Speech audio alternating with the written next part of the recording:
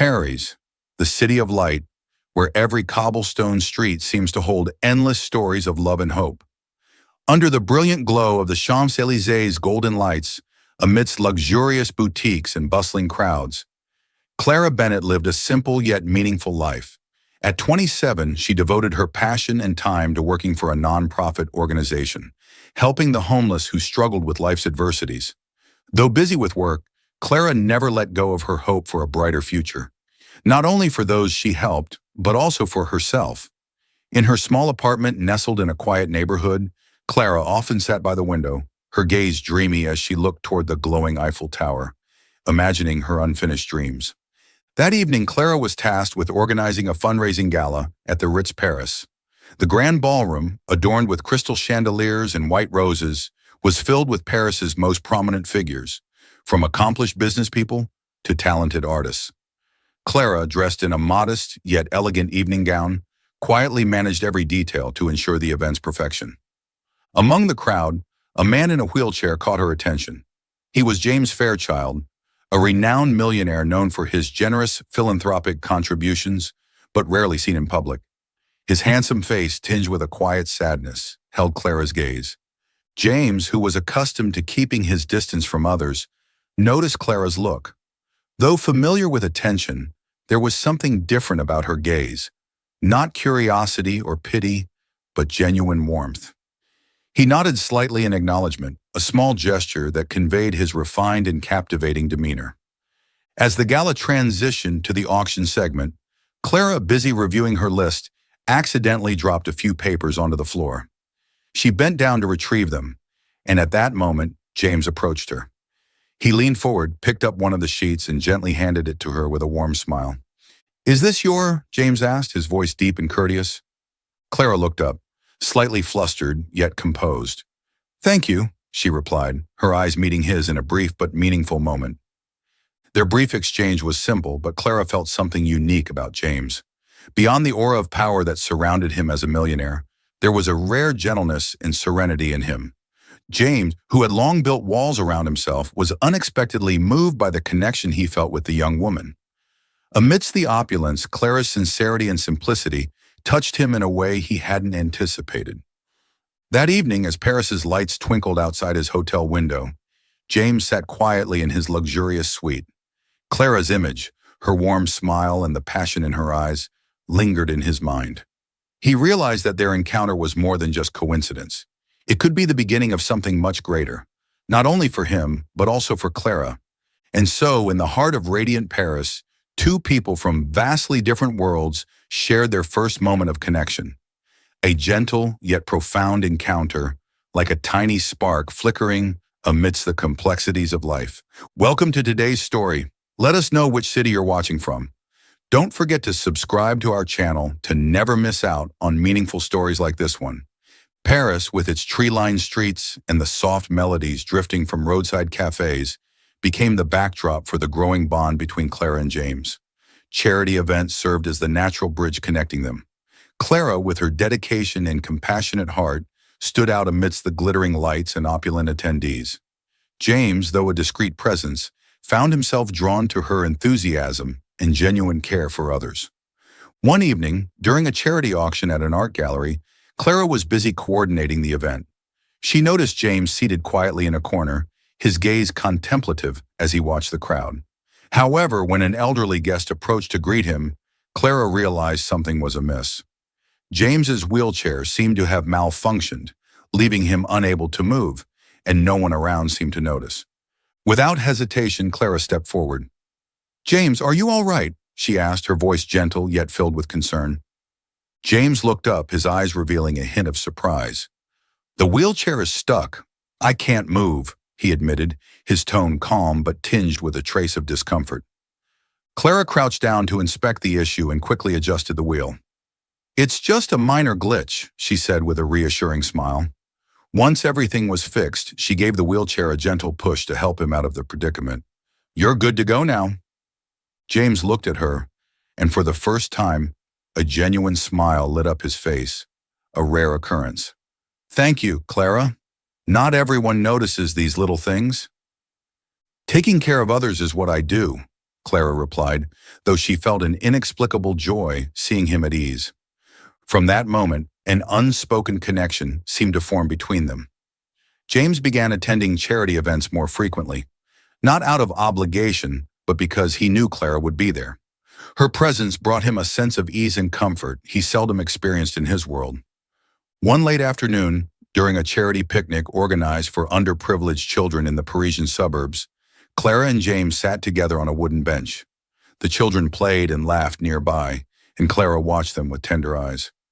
"Do you do this work purely for joy, or is there another reason?" James asked, his gaze fixed on her. Clara turned to him, smiling. "Both. I grew up in a family that wasn't wealthy, but my parents always taught me to help those less fortunate. It became a part of who I am.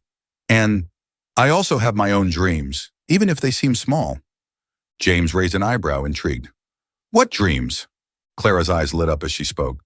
"I want to open a support center for the homeless, a place where they can find not just food, but hope and skills to rebuild their lives." James remained silent for a moment, taking in the passion in her words. "That's not a small dream, Clara. It's ambitious and noble."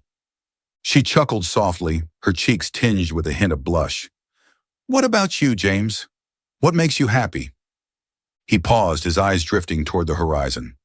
"I'm not sure I've ever truly been happy," he admitted. "My life has been contracts, meetings, and parties I didn't want to attend. I have everything, yet nothing truly meaningful." Clara listened quietly, sensing the deep loneliness behind his words. "Maybe you need to find something, or someone, that makes life meaningful," she suggested, her gaze filled with sincerity. James turned to her, a faint smile forming. "Maybe you're right, Clara." From that day forward, their conversations became more frequent, extending beyond charity work to include their everyday lives, dreams, and fears. James gradually opened up, sharing things he had never told anyone before. Clara, in turn, discovered in James a kindred spirit, a person who not only listened, but also understood. Their relationship blossomed from simple conversations. Each moment together deepened the connection they shared, a bond neither of them had expected, but both came to cherish profoundly. The early summer days in Paris brought the sweet fragrance of blooming flowers and soft sunlight filtering through the streets. Clara and James were becoming an inseparable part of each other's lives, though neither had yet confessed their true feelings. They spent increasing amounts of time together, from community projects to endless conversations about life. One afternoon, during a visit to a homeless shelter, Clara was guiding a group of children in making crafts out of recycled paper. James, seated in his wheelchair, watched her from a distance. His gaze reflected admiration as he observed the joy and dedication she brought to her work with the children. "James, can you give me a hand here?" Clara called out, waving at him with a cheerful smile. James chuckled and wheeled himself closer. "I'm not sure I'm any good at crafts." "That's fine. I just need you to hold these papers for me," she replied, her eyes twinkling with amusement. James assisted her in cutting and gluing decorations. The children quickly warmed up to his presence, and Clara's heart swelled with warmth as she saw how naturally James engaged in the activity. After the session ended, they walked, or rather strolled, along the Seine. The river reflected the vibrant hues of the setting sun, and the faint sound of an accordion playing in the distance added to the romantic atmosphere. "You're really great with kids," Clara said, breaking the silence. James smiled faintly. "Maybe it's because I've never had the chance to experience this before. Little things like this make me realize how much I've missed in life." "Then you should do more of it," Clara suggested. "You could help me with other community projects." James nodded, his gaze soft as it lingered on her. "If you're the one leading, I'll gladly join anytime." As they spent more time together, Clara realized she was falling for James, not for his wealth or his charm, but for his genuine kindness, warmth, and the effort he made to overcome life's challenges.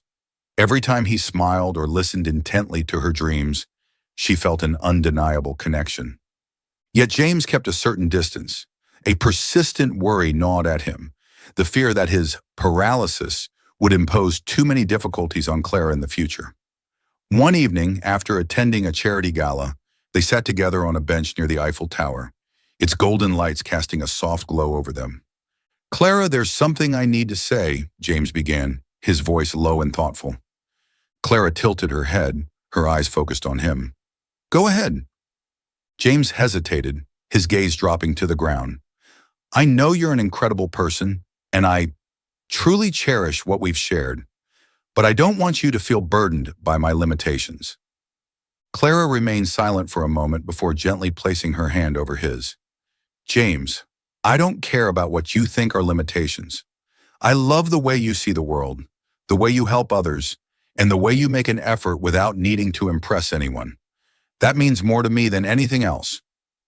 James looked into her eyes, and for the first time, he felt deeply understood by someone. Clara, you have no idea how much your words mean to me, he whispered. A week later, James decided it was time to express his feelings fully. He planned a romantic evening to propose to Clara. By the Seine, under the soft golden glow of streetlights and the gentle sound of the river, James arranged a perfect setting. A small table with red roses and wine created a scene straight out of a fairy tale. Clara, dressed in an elegant blue dress, arrived and lit up when she saw the setup. You didn't have to go to all this trouble, she said, both touched and surprised. But I wanted to, James replied, his eyes filled with sincerity. After dinner, James gathered his courage. He gently took Clara's hand, his gaze steady and filled with emotion. Clara, you've changed my life in ways I never imagined. You make me feel alive, like I can be my true self. I want to spend the rest of my life making you happy. He pulled out a small velvet box, revealing a sparkling diamond ring inside. Clara Bennett, will you marry me? Clara placed her hand over her mouth, her eyes brimming with tears. She looked at James, her heart overflowing with love and gratitude. James, I never thought I'd find someone like you, she said, her voice trembling with emotion. Yes, I will. James smiled, a radiant smile that rivaled the lights of Paris that night.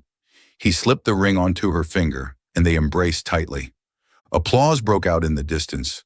Passers-by along the Seine had quietly witnessed the magical moment. That night, as the Paris lights shimmered on the water, they knew this wasn't just the start of a relationship. It was the connection of two souls overcoming barriers and finding true meaning in each other.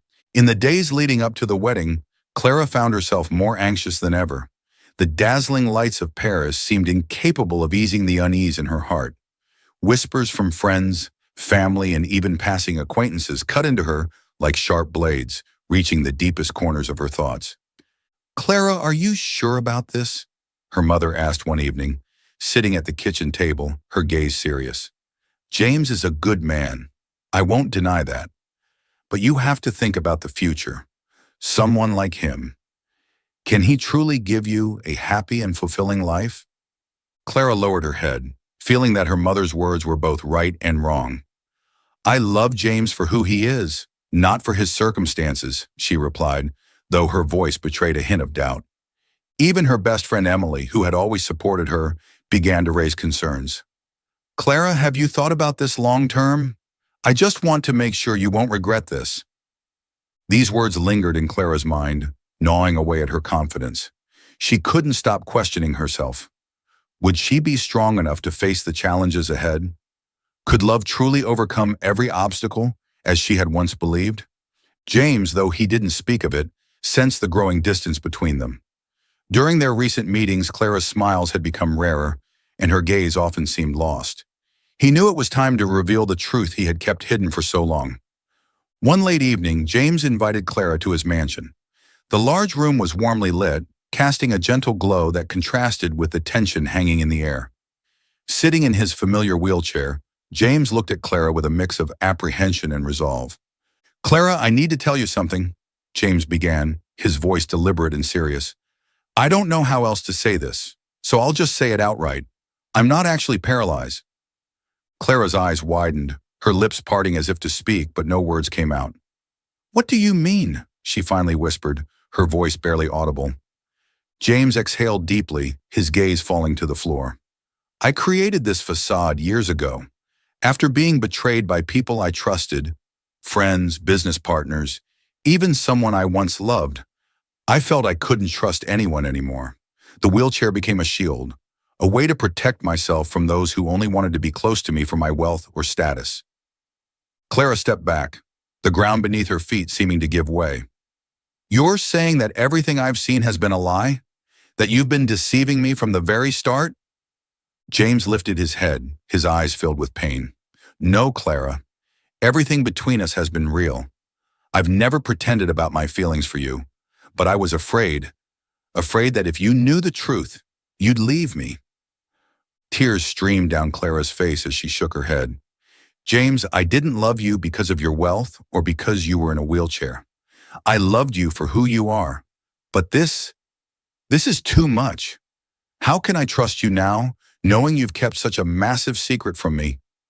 James wheeled closer, trying to reach her. Clara, please, listen to me. I know I was wrong, but my love for you is real. I just wanted to know if someone could love me for who I am, not for what I have.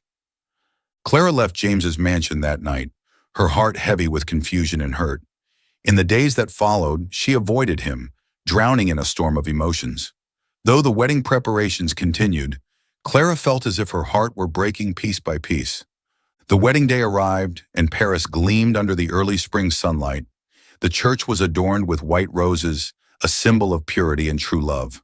Friends and family gathered, filling the space with anticipation. But Clara felt like a stranger in the crowd.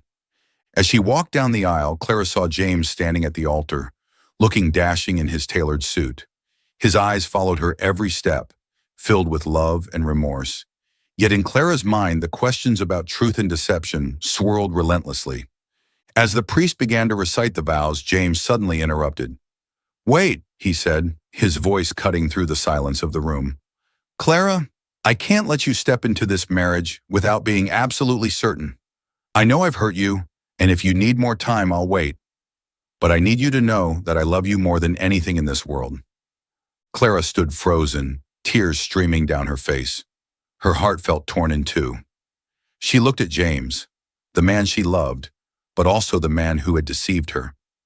Unable to bear it any longer, she turned and ran out of the church, her heels echoing in the hushed space.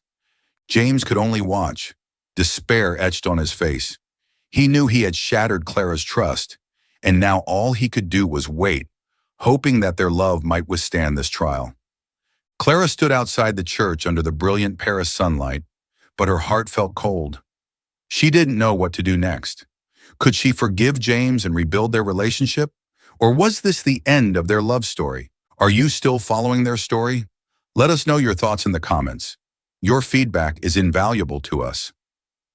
James Fairchild sat alone in his vast office, the soft glow of his desk lamp illuminating the unfinished paperwork strewn across the desk. The quiet within his grand mansion felt suffocating, a reminder that Clara was no longer there, that she had left him because of a lie he once believed necessary to protect his heart. He couldn't stop blaming himself. Memories of the happy moments he shared with Clara replayed incessantly in his mind, each thought accompanied by the haunting image of her tearful, disappointed eyes on their would-be wedding day. How could she ever trust me again, James wondered, but no answer came. During this time, Clara had retreated to her small apartment in Paris. Days passed in a shroud of silence as she ignored James's calls and messages. She needed time to think. Did James truly love her, or had their entire relationship been a manipulation? Deep down, she knew that James's love for her was real. His eyes, his gestures, the sincerity in his actions had never felt like a lie. But the deception still weighed heavily on her heart. Determined to make amends, James sought ways to atone for his mistakes. He repeatedly asked his assistant to reach out to Clara, but she declined every attempt. With no other options, he turned inward, determined to confront his own shortcomings. He began attending therapy sessions, something he had avoided for years. Through these sessions, James came to understand that his lie had not protected his heart. It had isolated him and hurt the one person he truly cared for. James resolved to take a bold step to earn back Clara's trust. He decided to host a grand charity gala, not just to raise funds, but also to publicly admit his wrongdoing. He knew this event could be his last chance to prove his sincerity.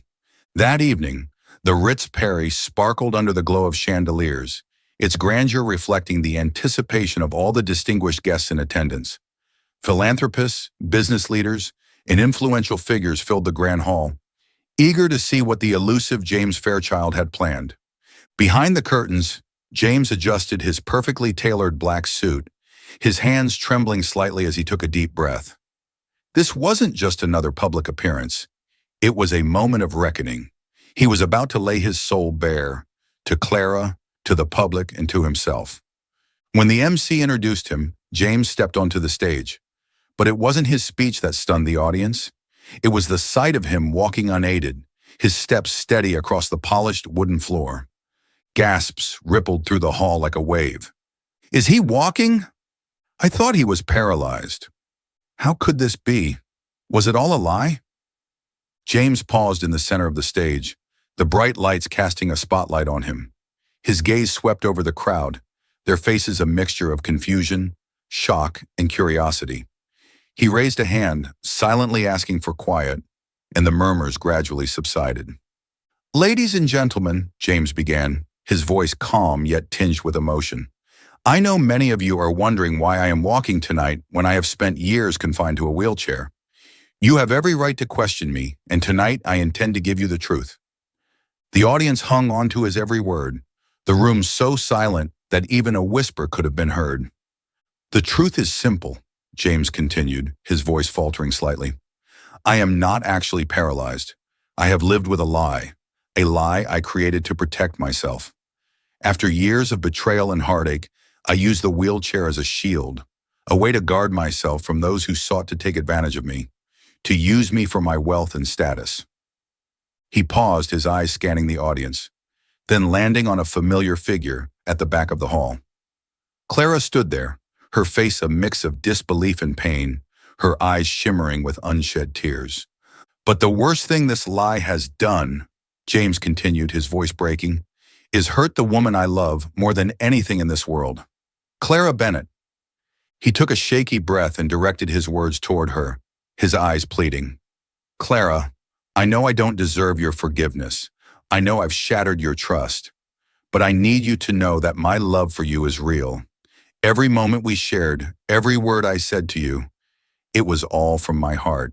And tonight I stand before everyone to say that I was wrong, and I will spend the rest of my life making it right if you'll let me." The room remained silent, the weight of James' confession sinking into every corner. Some guests exchanged glances, moved by his vulnerability, while others turned their attention to Clara, awaiting her response. Clara took a tentative step forward, her heels clicking softly against the marble floor. Each step brought her closer to the stage, to James.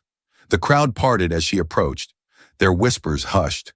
When she reached the edge of the stage, James stepped down to meet her, his eyes locked onto hers, filled with a mixture of love and hope. "James," Clara began, her voice trembling as tears streamed down her face, "you hurt me more than I ever thought possible. You broke my trust." She paused, her chest heaving with emotion. "But I can't deny that what we have, is real. Your lie doesn't erase the love we shared. But if we're going to move forward, we need honesty. Complete honesty." James nodded, his voice steady despite the tears brimming in his eyes. "You have my word, Clara. No more lies, no more walls. I just want a chance to show you how much I love you."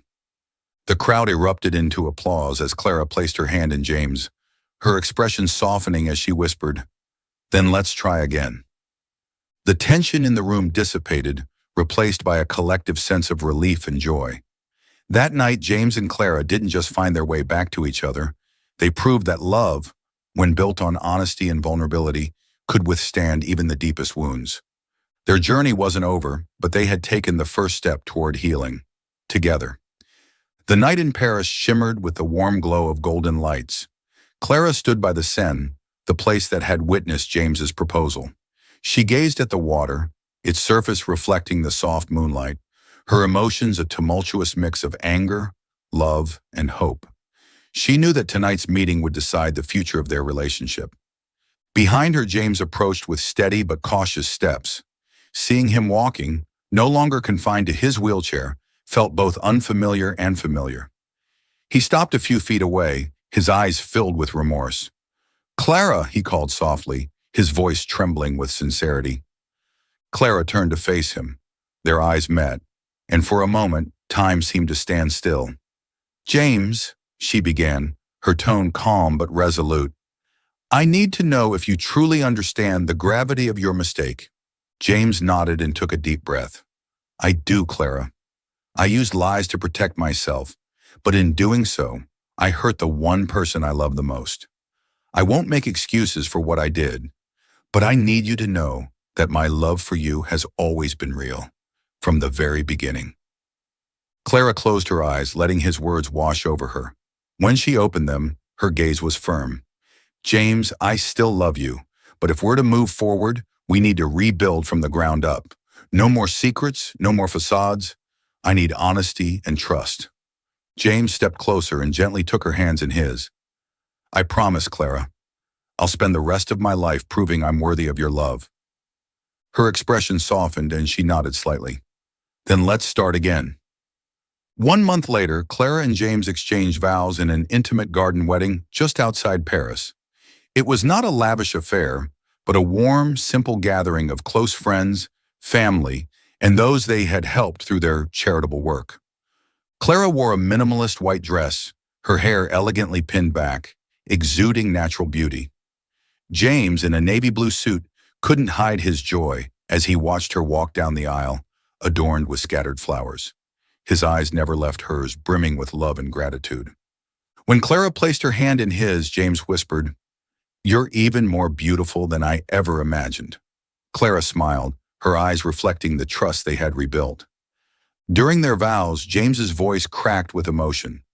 "Clara, I promise to always be truthful to you, to stand by you no matter what life brings. You are not just the woman I love, but the one who taught me that love is about honesty and forgiveness." Clara responded with quiet strength. "James, I promise to always trust in you and in us. No matter how many challenges come our way, I know our love can overcome them." When they kissed, applause erupted from their guests. But more than applause, there was a collective sense of joy and blessing for the couple who had weathered so much to be together. After their wedding, Clara and James chose a life of simplicity but deep purpose. They moved into a modest home in the Parisian countryside, surrounded by lush greenery and sunlight. Their house was not just a sanctuary, but also the birthplace of new dreams. Clara founded an art center for underprivileged children, teaching them to paint, craft, and see the world through the lens of creativity.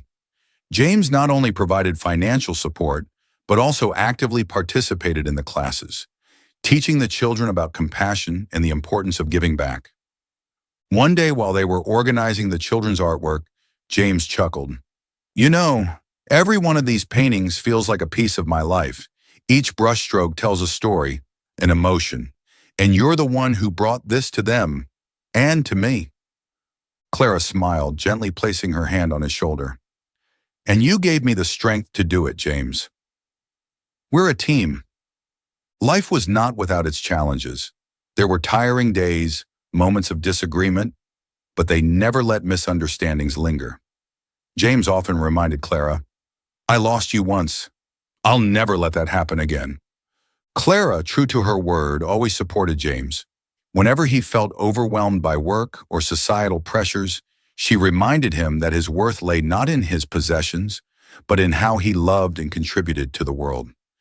Years later, their once quiet home was filled with laughter as they raised 2 children, a boy and a girl. Clara and James taught them kindness, empathy, and the value of helping others. The family often worked together on charity projects, bringing joy and hope to those in need. One evening, as they gathered around the dinner table, candlelight casting a warm glow, James took Clara's hand and said, "I never imagined my life could be this complete, and it's all because of you." Clara smiled, her eyes filled with happiness. "And I never imagined love could teach me so much. Thank you, James, for building all this with me." The story of James and Clara is more than a tale of love. It's a testament to the power of honesty, trust, and forgiveness. True love doesn't just endure challenges, it transforms us into better versions of ourselves when we have someone by our side willing to love, share, and grow. Thank you for staying with us until the end. Let us know your thoughts on this story in the comments below. What type of stories would you like to hear next? Don't forget to like, share this story, and subscribe to our channel for more.